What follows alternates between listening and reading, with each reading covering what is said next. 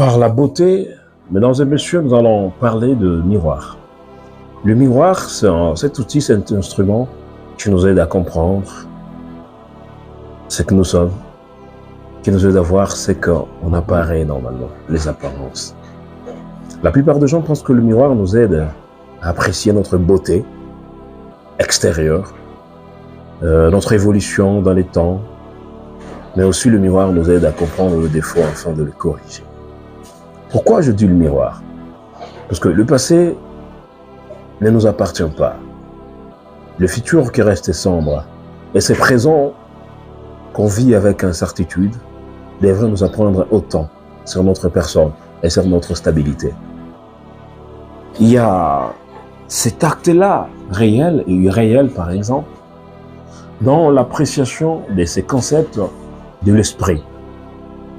Les universaux l'ont dit un jour que la valeur que nous donnons au concept que conçoit l'esprit, permettez le terme, c'est ce qui nous rattrape dans les temps.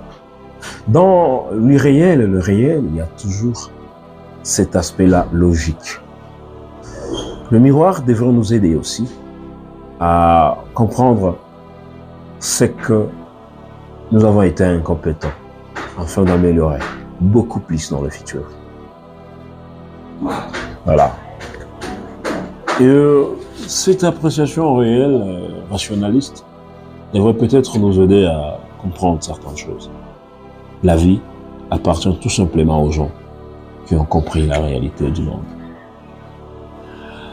La plupart des personnes qui se placent devant leur miroir ont la tendance d'espérer avoir la beauté, avoir leur qualité, avoir leur estime, avoir tout ce que les mondes pensent qu'ils sont merveilleux.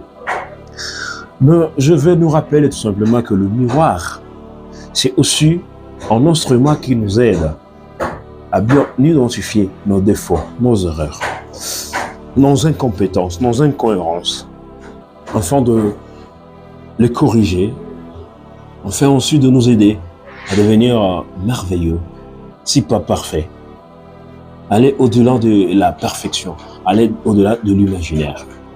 Cet outil, ce petit instrument que nous appelons le miroir, c'est un chemin qui nous aide à passer d'un état soit critique à un état magnifique, d'un état de faiblesse à un état de la force.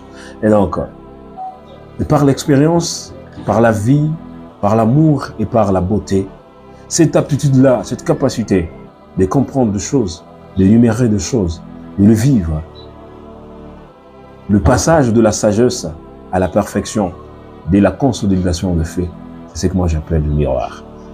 À partir d'aujourd'hui, nous allons prendre cet instant de la création à la matérialisation, de penser à la réalisation. C'est ce qui fait de nous la force. Mesdames et messieurs, le miroir n'est pas tout simplement là pour la beauté, mais le miroir nous aide à corriger ses présents, ses erreurs, ses défauts. Je suis Arsène Beneuse.